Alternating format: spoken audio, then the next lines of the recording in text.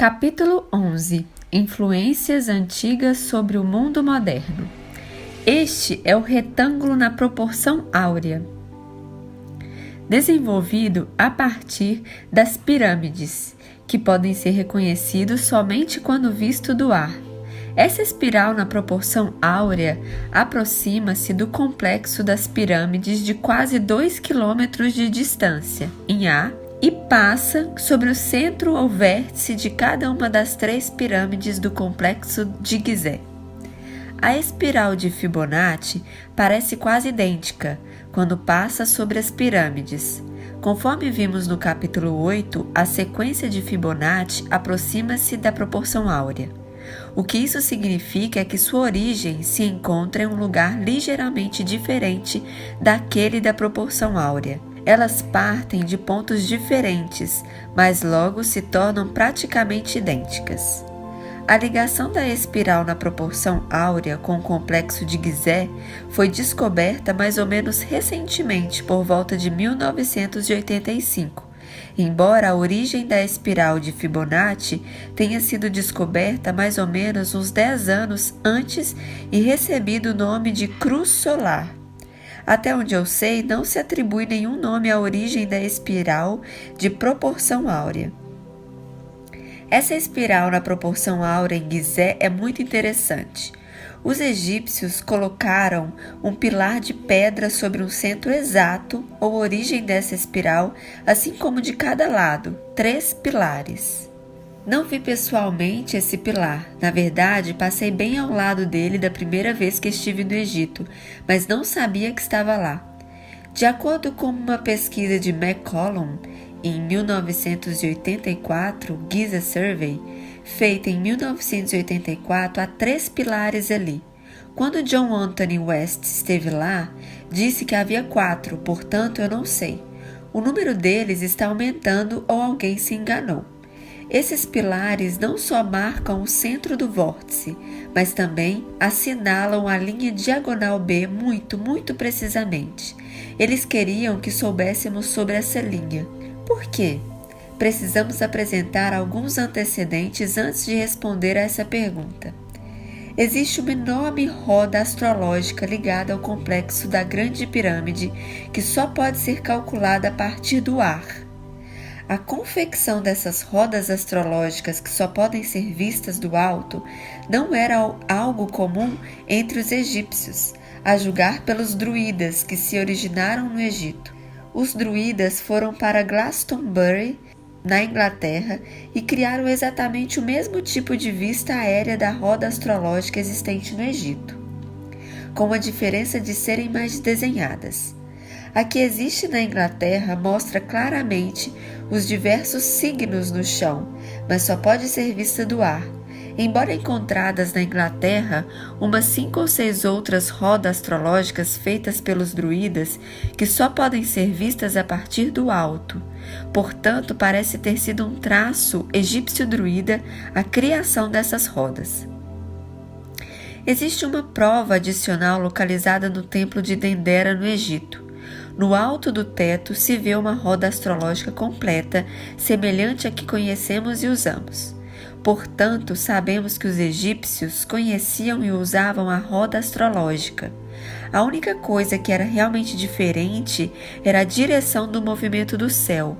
A roda se movia em sentido contrário em relação às observações modernas. A outra informação mostrada neste desenho é que o ângulo entre a rampa que sai da Grande Pirâmide e a rampa que sai da Segunda Pirâmide é exatamente de 30 graus. Essa é uma informação importante que usaremos em breve. A partir da pesquisa de McCollum, vemos que a rampa da ilustração que sai da Terceira Pirâmide aponta exatamente para o outro ponto da razão π sobre o lado maior do retângulo na proporção áurea que contém todas essas geometrias. Essa é uma prova adicional de que os egípcios conheciam as implicações geométricas das espirais em movimento a partir desses estranhos buracos no deserto. A posição da esfinge parece ser aleatória, simplesmente situada ali no meio do nada. Quem sabe por quê ou para quê? No entanto, agora vocês sabem porque o retângulo na proporção áurea ao redor do complexo de Gizeh, que só pode ser conhecido quando visto do ar. Se dividirem verticalmente ao meio desse retângulo, ponham o compasso sobre o lado direito e desenhem um pequeno arco no meio. Depois façam o mesmo a partir do lado esquerdo, conforme as linhas do compasso mostradas em A. E tracem uma linha pelo meio. Essa linha atravessa exatamente paralelamente a ele, o plano vertical da frente do toucado da esfinge. Ao mesmo tempo, se estenderem a linha da base sul da segunda pirâmide, ela roça o ombro direito da esfinge, assinalado um ponto específico. A ilustração mostra o toucado plano da esfinge e o centro do lado maior daquele retângulo na proporção áurea passa exatamente através da face dianteira do toucado. Expressando de outra maneira, o toucado assinala o centro exato da origem do lado maior do retângulo na proporção áurea, provando que a esfinge não foi posicionada ao acaso sobre a areia. E a linha da face sul da segunda pirâmide roça precisamente a superfície do ombro direito da esfinge. Essas duas linhas que assinalam esse ponto sobre a esfinge são evidências, não casuais. Aqueles de vocês que se interessarem pela obra de Edgar Cayes devem lembrar-se de que cerca de 60 anos atrás ele disse que algum dia descobriríamos um aposento associado com a esfinge que levaria aos registros que são a prova da existência das civilizações superavançadas na Terra, remontando a milhões de anos atrás, e que a entrada deste aposento estaria localizada na pata direita da esfinge. Para ser mais exato, a disposição das pirâmides em relação à esfinge não é casual, uma vez que a esfinge é mais antiga do que as pirâmides. Enquanto estávamos no Egito, Tote nos contou que haveria 144 pessoas, 48 grupos de 3 pessoas cada, que viriam do Ocidente para o Egito, e que cada um desses grupos de 3 teria algo específico a fazer lá. Finalmente, um determinado grupo dentre esses se encaminharia até a esfinge e entraria nesse aposento especial, contendo que Edgar Cayes chamou-se de Sala dos Registros. Tote disse que a voz daquelas pessoas abriria o caminho para um dos 3 corredores existentes no fundo da areia que levaria à Sala dos Registros. Esse aposento os cientistas japoneses já encontraram. Tote disse que haveria um pote de barro no canto com alguns hieróglifos dentro que lhes indicaria quais dos túneis deveriam percorrer. Até mesmo o pote de barro foi encontrado pelos instrumentos japoneses, juntamente com um rolo de corda. Quando estive lá em 1985, com 2 outras pessoas, a esfinge repousava bem e segura sobre o terreno, sem nenhum problema. Fomos instruídos por Tote para produzir um tipo de som especial por um túnel que situava diretamente atrás da esfinge, a cerca de 400 metros atrás. Era para produzirmos um som específico durante um certo período de tempo e então parar e sair, o que fizemos. Não direi que fomos responsáveis pelo que aconteceu, mas quando voltamos lá, em 1990, a esfinge inclinava-se na direção do ombro direito. A esfinge começou a girar, não um pouquinho, mas bastante, e o ombro ou pata direita começou a fender-se. Os egípcios fizeram tudo o que puderam para retificá-la, conforme podem ver pelos andaimes da ilustração. A outra coisa é que a cabeça da esfinge parece estar querendo cair. Tote disse que ela cairia mesmo, um dia, e quando isso acontecer, deixará exposta uma esfera de ouro no seu pescoço, que é uma espécie de cápsula do tempo. Ele não se estendeu muito sobre o assunto. Portanto, essas eram 2 coisas que estavam criando problemas para os egípcios: tentar segurar a cabeça da esfinge e impedir que a pata direita se rompa. Agora, uma informação final. Tote disse que embaixo do complexo de Gizeh há uma cidade capaz de abrigar 10.000 pessoas. Ele disse isso mais ou menos em 1985 e eu me pronunciei publicamente sobre o assunto já em 1987. As pessoas que viveram nessa cidade seriam pessoas que alcançaram a condição de imortais e tornaram-se parte do que chamamos de mestres ascensionados. Elas constituíam o que os antigos egípcios chamavam de fraternidade Tat. Cerca de 6 anos atrás, o seu número chegou a mais de 8.000. Essa cidade subterrânea é o lugar onde a Irmandade Tat vivia isolada, enquanto o resto da humanidade continuava a evoluir. Mencionamos esse assunto no capítulo 4. Agora, eu gostaria de apresentar-lhes uma atualização sobre o que tem acontecido com essa cidade nos últimos 5 anos. É importante saber, mas como isso não pode ser provado, por favor, guardem o seu julgamento até que a verdade seja finalmente revelada. O que vou dizer em seguida sobre a cidade subterrânea no Egito é altamente controvertido e a maioria das autoridades egípcias não reconhece nada a respeito disso. Elas dizem que não passa do produto da imaginação de alguém. A história dirá, pelo que eu sei e vi, elas não estão dizendo a verdade. O Egito tem muitas boas razões para que vocês não saibam nada sobre essa cidade, pelo menos ainda não. Atualização. Alguns anos atrás, descobrimos o grande segredo de toda a disposição do complexo de Gizeh. Era a construção que estava localizada ao lado do buraco, de onde passávamos inicialmente que saía as espirais. Desde essa época, descobrimos muito mais. Originalmente, eu disse que a construção próxima ao buraco era um retângulo na proporção áurea, porque isso é o que dizem os relatos egípcios. No entanto, por causa de determinadas pesquisas que vimos fazendo, evidenciou-se que isso não pode ser verdade. Portanto, enviei alguém ao Egito para pedir essa construção e dizer-me o que ela realmente era. Descobriu-se que era um quadrado com 4 outras câmaras ao redor. Estava nas proporções exatas do desenho do corpo de Leonardo. Nessa construção haviam 4 pilares. 2 estavam no início exato de 2 espirais de Fibonacci. Uma passava exatamente sobre o topo das 3 pirâmides e, sem dúvida, era a origem da espiral de Fibonacci que fora descobertas antes. A outra espiralava pelo deserto na direção oposta. Esse desenho seguia um padrão de treliça quadrada, o mesmo ao redor do corpo de Leonardo. A partir dessa rede, tudo no complexo de Gizeh foi definido. Era a chave de tudo em Gizeh e possivelmente de todos os importantes lugares sagrados do mundo. Os outros 2 pilares pareciam estar colocados em uma posição completamente arbitrária, mas não estavam.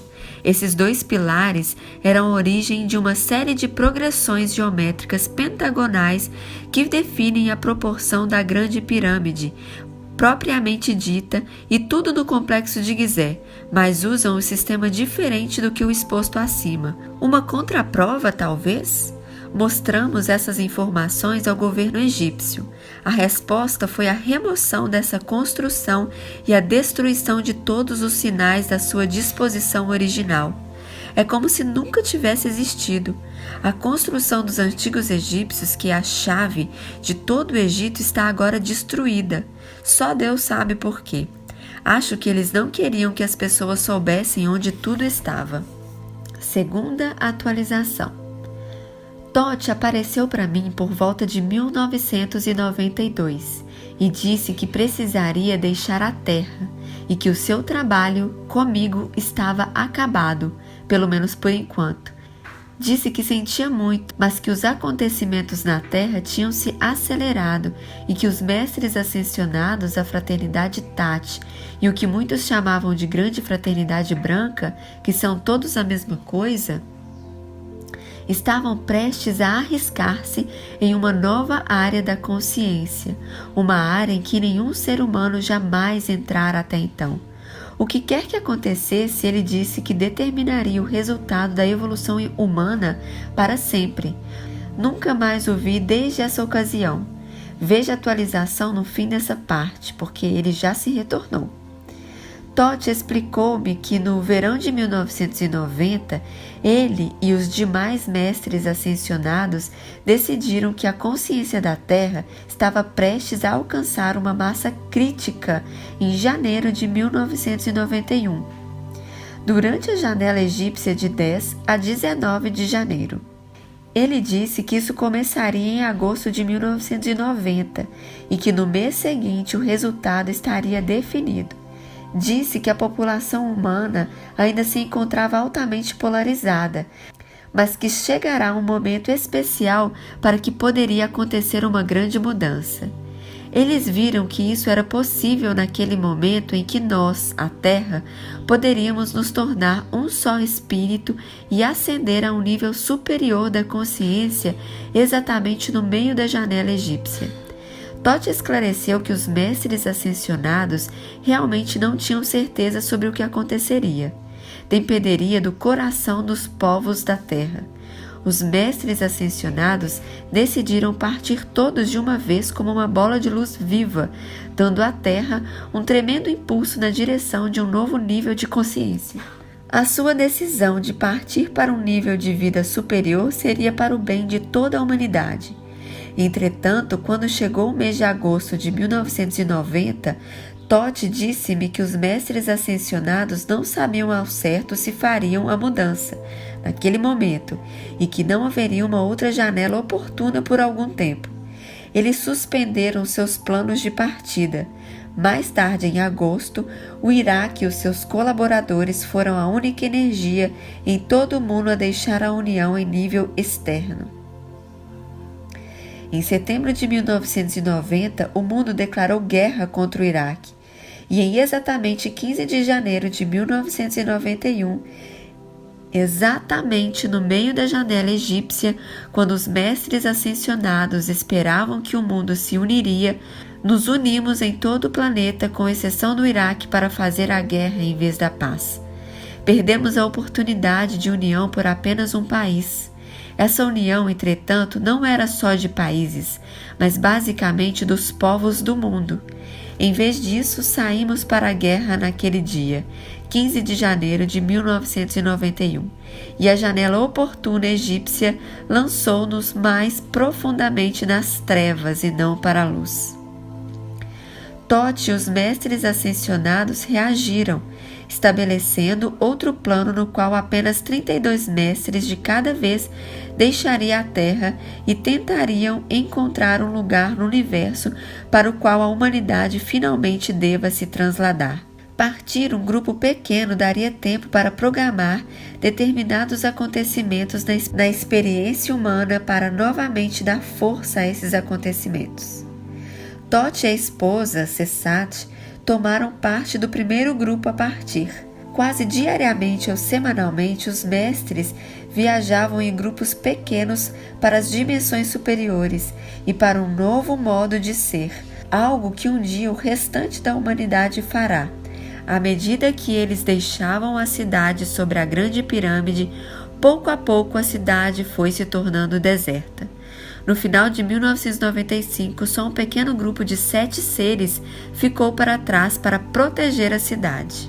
Quando a cidade se esvaziasse, ela então poderia ser usada para um outro propósito: mostrar ao mundo moderno que a vida é mais do que conhecemos e que há uma grande esperança para a humanidade. Agora vamos falar sobre os rumores. Há poucas provas sobre o que vou comentar em seguida, portanto, guardem isso apenas como uma possibilidade até que o mundo venha a saber de toda a verdade.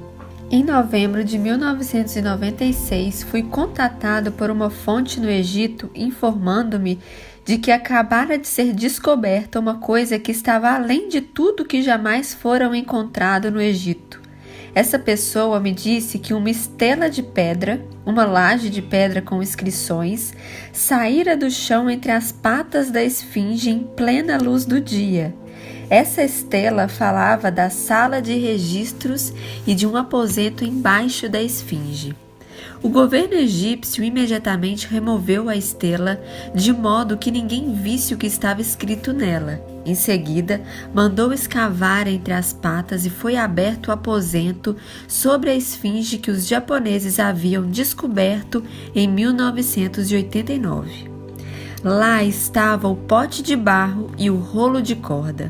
A pessoa disse que os emissários do governo entraram por um túnel que partia desse aposento e dava num aposento redondo, do qual saíam 3 outros túneis.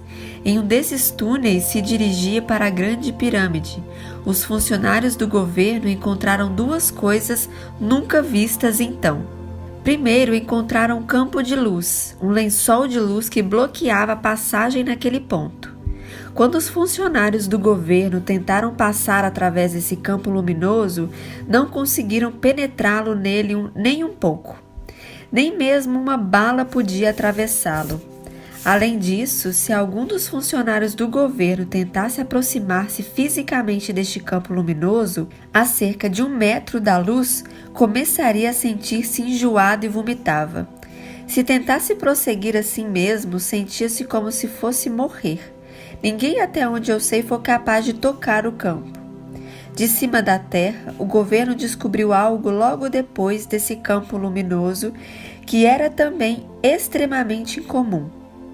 Descobriram um prédio de 12 andares naquele local, 12 andares no fundo da terra. A combinação dessas 2 coisas, o campo luminoso e o prédio de 12 andares, era demais para o governo egípcio controlar. Então pediu ajuda estrangeira. O governo egípcio decidiu que um homem, em especial a quem não vou nomear, era a pessoa que seria capaz de desligar o campo luminoso e entrar no túnel. Ele faria isso em conjunto com outras 2 pessoas. Uma dessas pessoas era um amigo que eu conhecia muito bem, portanto pude acompanhar os acontecimentos de perto. O meu amigo levou para lá uma equipe dos estúdios da Paramount com a permissão de filmar a abertura deste túnel único. A Paramount filmara a abertura do túnel do Rei Tut, portanto o estúdio tinha um relacionamento muito bom com o Egito. Eles planejaram entrar ou pelo menos tentar entrar no túnel em 23 de janeiro de 1997. O governo cobrou vários milhões de dólares da Paramount, que concordou em pagar. Entretanto, no dia anterior ao planejado para a entrada, os egípcios resolveram que queriam mais dinheiro e pediram mais 1,5 milhões de dólares por baixo do pano, o que deixou a Paramount indignada. A Paramount negou-se a pagar, então tudo parou. Por cerca de 3 meses fez-se silêncio. Então um dia ouvi dizer que um outro grupo de 3 pessoas entraram no túnel. Ouvi dizer que tinham entrado e desligado o campo luminoso usando a voz e os nomes sagrados de Deus. A pessoa mais importante do grupo, que é a famosa, então não quer que seu nome seja mencionado, foi para a Austrália e exibiu um vídeo sobre a passagem pelo túnel e pelo prédio de 12 andares, que se revelou mais do que simplesmente um prédio. A construção seguia sempre em frente para quilômetros embaixo da terra e era realmente o limite de uma cidade. Eu tinha 3 bons amigos na Austrália que assistiam a esse filme. Depois outra pessoa entrou, Larry Hunter, que é o arqueólogo egípcio há 20 anos. O Sr. Hunter entrou em contato comigo e começou a contar uma história quase idêntica à que recebera das minhas fontes no Egito, a não ser pelo fato de que era mais detalhada. Ele disse que a cidade tem 10 quilômetros por 13 quilômetros na superfície e 12 andares de profundidade, e que os perímetros da cidade são delineados por templos egípcios especiais e distintos. O que comento em seguida coincide com a obra de Graham Hancock e Robert Bauval, no seu livro Message of the Sphinx. Graham e Robert levantaram a hipótese de que as 3 pirâmides de Gizé distribuíam-se sobre o solo na exata disposição das 3 estrelas do cinturão de Órion. Na verdade, eles acreditavam que a distribuição de todos os templos egípcios correspondiam à localização das principais estrelas da constelação de Órion, mas nunca foram capazes de provar totalmente essa teoria. O Sr. Hunter, porém, conseguiu provar que isso era verdade e eu vi as evidências, usando o conhecimento da navegação pelas estrelas que obtivera quando estivera na marinha. O Sr. Hunter descobriu um templo em todos os locais que correspondiam a todas as principais estrelas da constelação de Órion. Ele usou o sistema GPS para localizar esses pontos sobre a Terra com uma precisão de 15 metros e esteve pessoalmente em cada lugar onde deveria assinar uma estrela. Assim, o fato foi confirmado. Em cada lugar havia um templo, o que era surpreendente, e cada templo era feito de uma substância especial, não encontrada em nenhum outro templo em todo o Egito. Essa substância também é o que foi usado para criar as pedras da fundação das 3 pirâmides de Gizé, incluindo a Grande Pirâmide. Ela é chamada Pedra de Cunhar. É um calcário que parece ter moedas misturadas à rocha. É diferente de tudo que existe, encontrada apenas nesses templos que se distribuem por uma área sobre a superfície de 10 por 13 quilômetros. Para ser claro, essa é uma teoria que não é aceita pelo governo egípcio, mas a cidade subterrânea que Tote disse existir, com a capacidade para abrigar 10.000 pessoas, é, de acordo com o Sr. Hunter, assinalada por templos feitos dessa substância especial, e os templos coincidem com o padrão estrelar da constelação de Órion. Pelo que vimos, acredito que isso seja verdadeiro, apesar de as autoridades egípcias afirmarem ser fantasia. Tenho a mente aberta. A verdade acabará sendo conhecida. Acredito mesmo que, se for verdade, essa descoberta arqueológica terá um efeito capaz de elevar a consciência humana quando a cidade subterrânea for revelada. Agora vamos retornar ao relato sobre o Egito.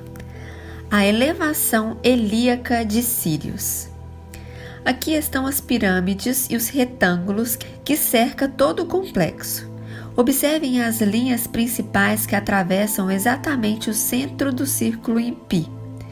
Se traçássemos esse círculo sobre o solo, ele teria um diâmetro de cerca de 4 quilômetros. Os pesquisadores de McCollum que descobriram essa relação, juntamente com quase todos quantos já escreveram sobre o complexo de Gizé, escolheram o leste como a direção para a qual estão voltadas as pirâmides e a esfinge. Mas agora sabemos que isso não é certo. As pessoas sempre acreditaram que as pirâmides estivessem alinhadas com o norte e sul magnéticos, mas atualmente os computadores mostraram que as 3 pirâmides nunca estiveram alinhadas deste modo. Elas se desviam desse alinhamento por um valor minúsculo. As pessoas dizem que a razão de estarem desalinhadas esse tanto é por causa da deriva continental. Mas esse desvio mínimo não está fora de maneira alguma, ele é exatamente correto. As 3 faces das pirâmides orientadas para o leste estão sobre uma linha que converge com um único ponto no horizonte. Em outras palavras, um arco. O ponto sobre o horizonte, por acaso, é o ponto da elevação helíaca de Sírios, que não é o leste verdadeiro. Esse é o momento sobre o qual comentamos no capítulo 1, em que em 23 de julho a estrela Sírius eleva-se por cerca de 1 minuto antes do nascer do Sol, aparecendo como uma brilhante estrela vermelha. É o momento que a Terra, o nosso Sol, e Sírius formam uma linha reta. Ainda mais impressionante é que os glóbulos oculares da esfinge estão olhando para o mesmo ponto exato. Isso foi o que os computadores mostraram. Isso faz sentido, porque a antiga religião egípcia e o calendário sótico fundamentavam-se na elevação helíaca de Sírius. Sírios era da maior importância para a própria existência deles. Portanto, vamos alinhar este desenho pela elevação helíaca de Sírios e não pelo leste. Considerando que as duas rampas foram situadas a exatamente 30 graus de distância, vamos dividir o círculo em seção de 30 graus, o que cria os 12 segmentos da carta astrológica. 30 vezes 12 é igual a 360 graus. Já sabemos que eles conheciam plenamente a astrologia, porque uma completa roda astrológica estava no teto do templo em Dendera. Portanto, é totalmente lógico colocar esses 12 segmentos no círculo. Se o fizerem, terão uma muito possível roda do tempo. A pesquisa de McCollum, por exemplo, mostra que quando se usa essa teoria, a Grande Pirâmide situa-se em Leão, e a linha do tempo do ponto relativo a Áries, no grau 0, fica em 10.800 a.C. Essa é exatamente a época em que Edgar Cayce disse que ela foi construída. Virgem e Leão, Aquário e Peixes. Observando a vista aérea das pirâmides com a roda astrológica sobrepostas, as 3 pirâmides estão fisicamente em Leão e Virgem sobre a roda. Acontece que isso simplesmente é onde estamos fisicamente neste momento em nossa órbita na precessão dos equinócios. Mais do que isso, originalmente a esfinge era metade leão e metade mulher, e acredita-se que durante a Quarta dinastia, a face da esfinge foi reesculpida na forma de um homem com uma barba, que caiu. Atualmente ela foi uma espécie de rosto masculino sem barba, mas originalmente era de mulher e combinava o leão com virgem a virgem, uma confirmação adicional de que esse traçado astrológico é exato. Além disso, o mapa da pesquisa de McCollum mostra que se fossem traçadas linhas a partir das pirâmides, dos seus vértices, cantos e etc., através do círculo da roda para o lado oposto, resultaria num aspecto de datas precisas entre Aquário e Peixes, que é o período no tempo em que nos encontramos atualmente, a Era de Peixes, passando para a Era de Aquário. Portanto, essa é uma das coisas a ser consideradas. No entanto, ninguém que eu conheça faz pesquisas suficientes ainda para ser capaz de calcular isso. Com os computadores atuais, devemos ser capazes de fazer isso com extrema exatidão. Quem sabe um de vocês não fará este trabalho? A implicação dos 4 cantos.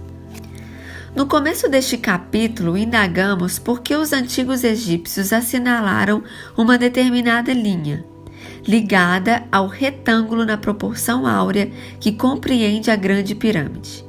Depois dissemos que precisávamos fornecer-lhes mais informações antes. Talvez o que se segue pode ser uma resposta. Houve uma astróloga que teve uma ideia impressionante sobre essa diagonal que tinha a ver com as estrelas e uma região específica dos Estados Unidos. Quando essa astróloga soube que havia uma carta astrológica na areia ao redor da Grande Pirâmide, quis saber sobre a linha diagonal em A, que parecia ser tão importante para os antigos egípcios. Não posso explicar direito o que ela fez porque não sou astrólogo, mas ela pegou a roda astrológica e relacionou-a com o Polo Norte e alinhou-a de alguma forma com Cairo. Depois ela observou para onde a outra extremidade da linha apontaria. Ela marcava um ponto específico sobre o planeta Terra. No entender dela, era a região dos 4 cantos dos Estados Unidos, no encontro dos estados de Utah, Colorado, Novo México e Arizona.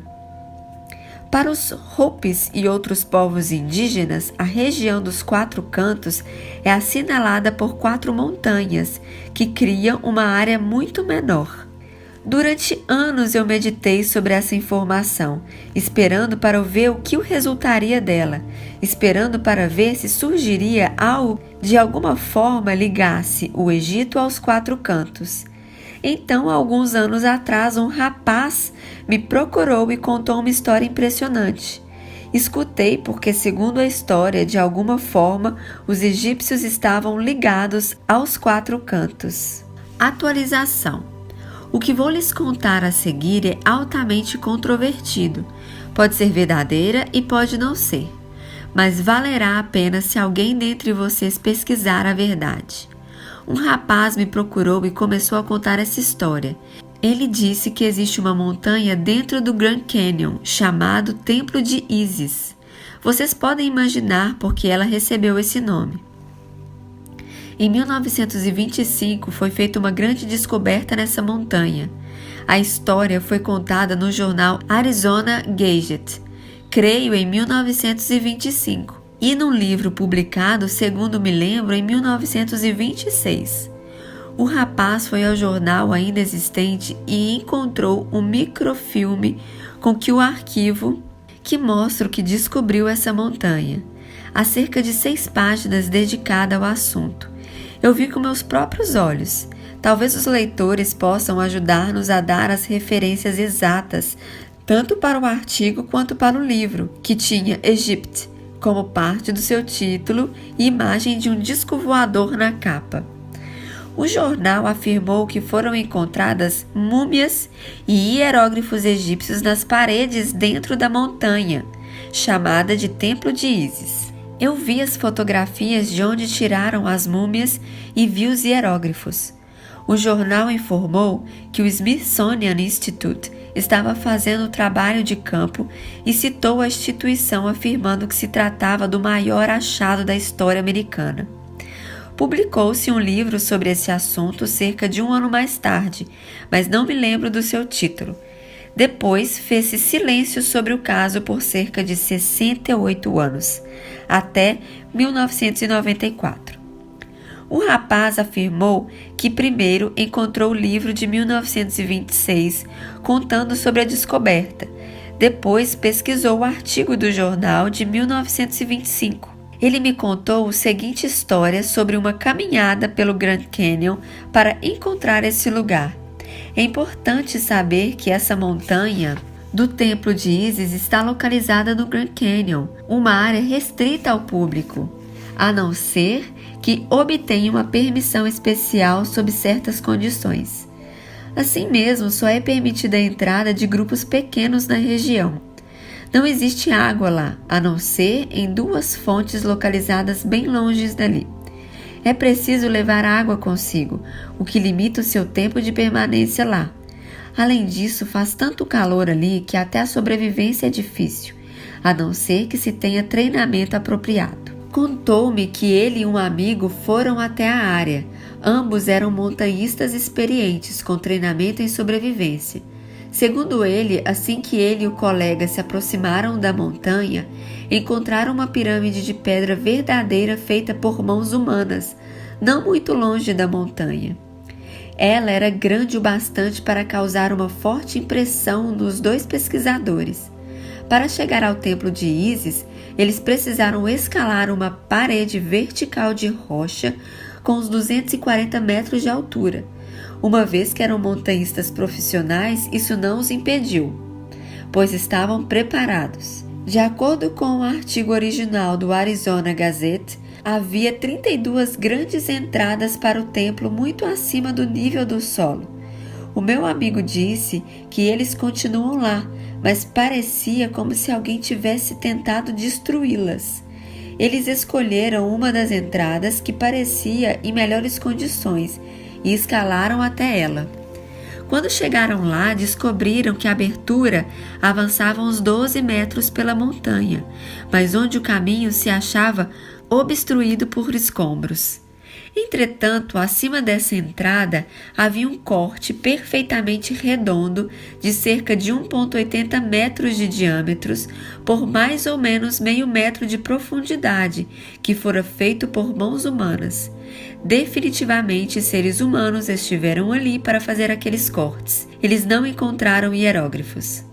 A sua água estava acabando e eles voltaram na hora certa. Ele disse que se ficasse por mais um dia teria sido fatal, pois a fonte onde poderiam obter mais água estava seca. A outra parte interessante dessa história é que uma outra montanha do Grand Canyon, na mesma latitude e a pouco mais de 1 quilômetro dali, estavam sendo escavada pelo governo americano. Esse local é tão importante para o governo que é proibido sobrevoar a área a uma altitude inferior a 3.000 metros. Toda a montanha está cercada pelos militares que isolaram a área. O que será que encontraram? Realmente, a única razão de ter escutado essa pessoa sobre esse possível sítio egípcio foi porque sabia sobre a linha diagonal sobre o planalto de Gizé que apontava para a área dos 4 cantos nos Estados Unidos, indicando que algo proveniente do Egito importante parecia estar localizado ali. Por que estou lhes contando isso?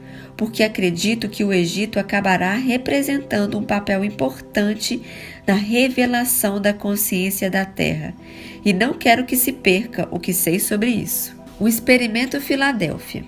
Agora vamos passar para um assunto que pode parecer completamente diferente e sem nenhuma relação, mas que na verdade está relacionado a tudo que há neste livro. A maioria de vocês, no mínimo, deve ter ouvido falar do experimento Filadélfia. Esse experimento foi realizado pela Marinha Americana em 1943, quase no fim da Segunda Guerra Mundial. Um fato interessante é que no início ele foi chefiado por Nikola Tesla, que morreu pouco antes que o experimento fosse concluído. A participação de Tesla nesse experimento, penso, foi da maior importância, mas nunca sabemos, uma vez que o incidente foi fortemente abafado pelo governo.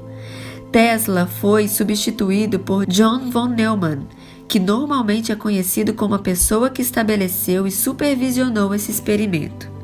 O experimento era uma tentativa de tornar-se invisível um navio da Marinha Americana. Isso, é claro, daria uma vantagem inacreditável na guerra. Basicamente, o navio seria levado a outra dimensão e voltaria a essa. Acredito que Tesla tenha entrado em contato com os cinzentos e aprendera o segredo da viagem interdimensional com eles. Segundo o relatado, perguntaram a Tesla de onde ele tirara as ideias para esse experimento e ele respondeu que as recebera dos extraterrestres. Estou certo que as pessoas da década de 1940 simplesmente pensaram que ele estivesse brincando. Entendo que muitas pessoas pensem que essas informações venham da imaginação de pessoas instáveis. No entanto, se quiserem, e eu tenho, podem obter um explanar do relatório original, na época ultra secreto, que o governo ainda possui.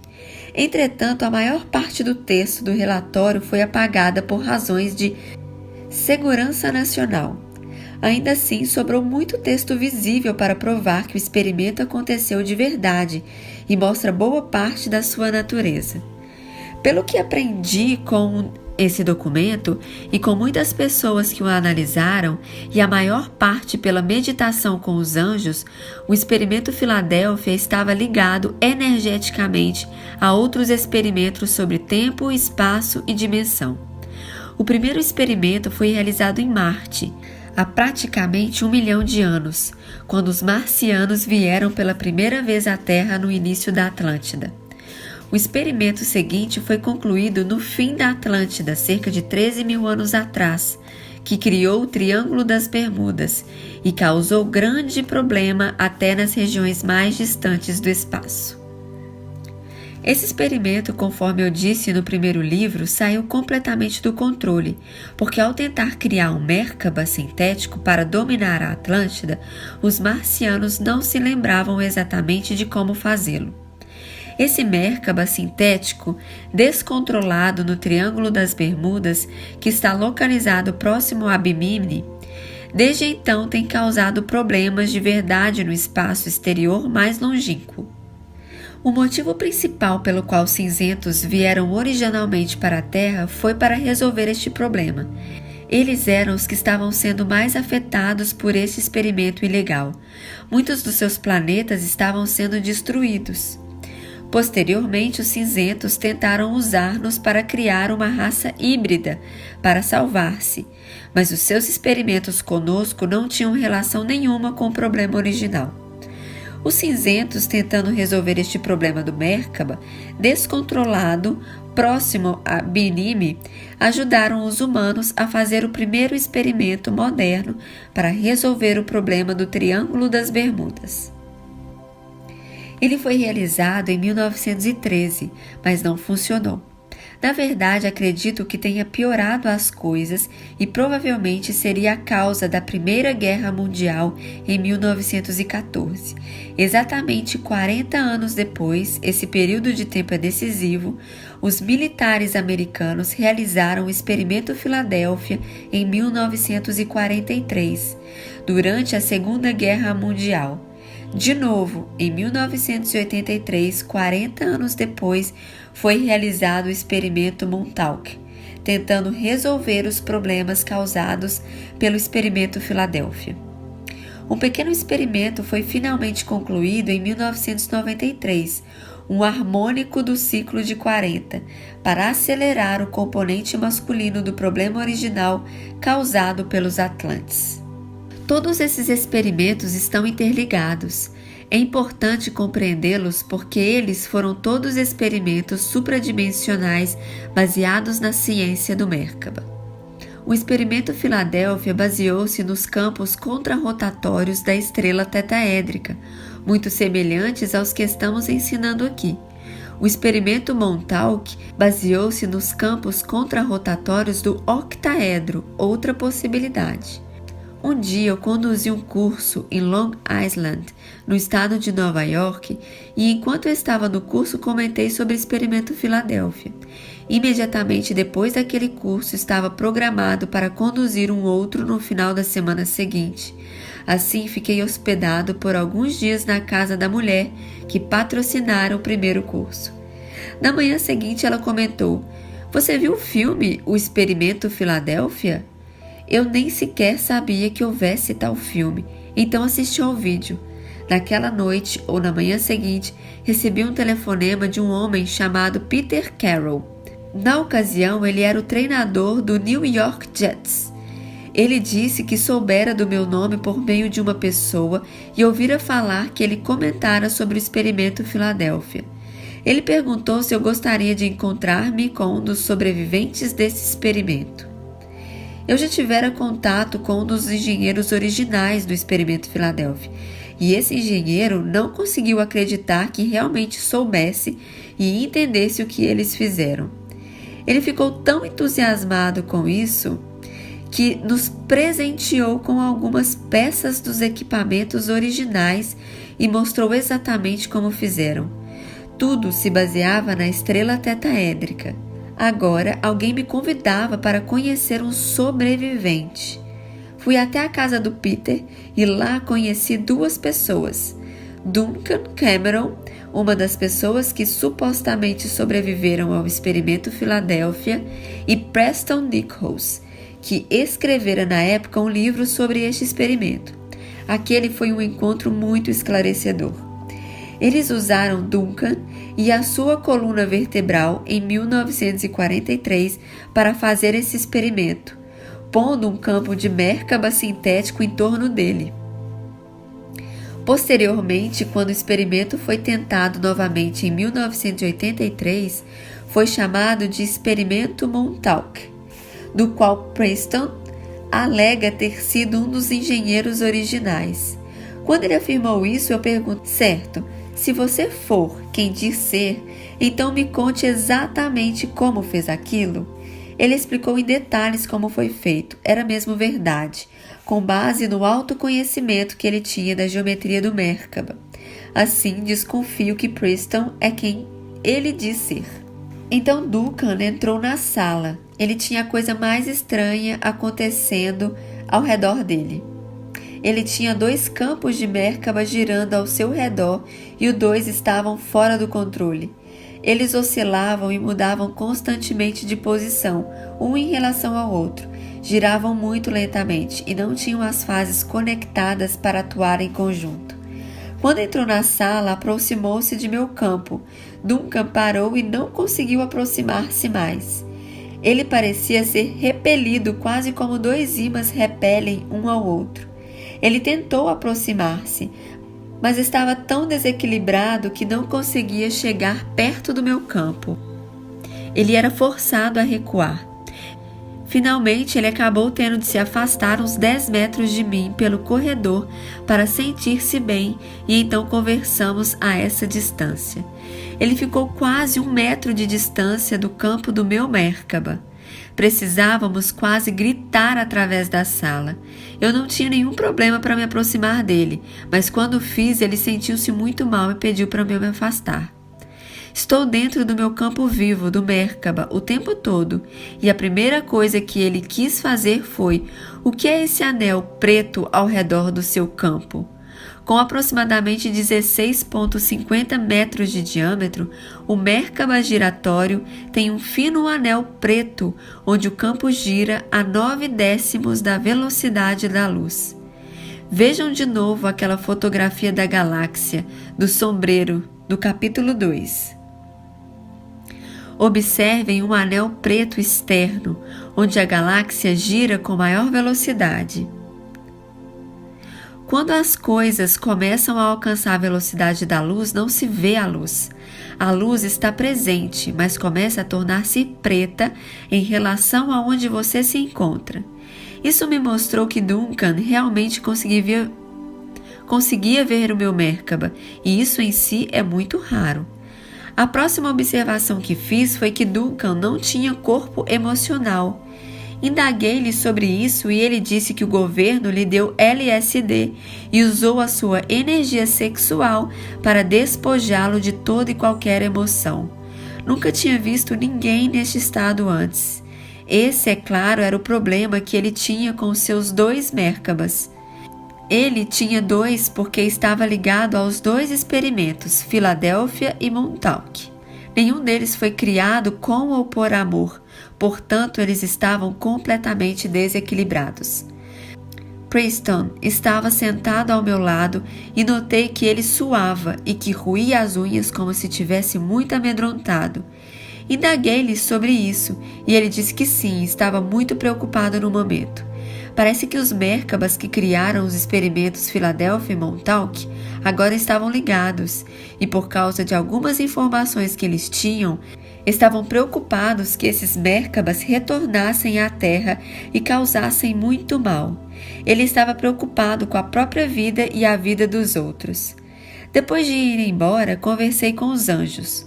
Consegui ver exatamente o que estava errado com os Merkabas de Duncan e pensei ser muito fácil consertá-los. Mas os anjos não me deixaram interferir. Eles disseram que no ano de 2012, em 12 de dezembro, aconteceria um teste para um novo experimento.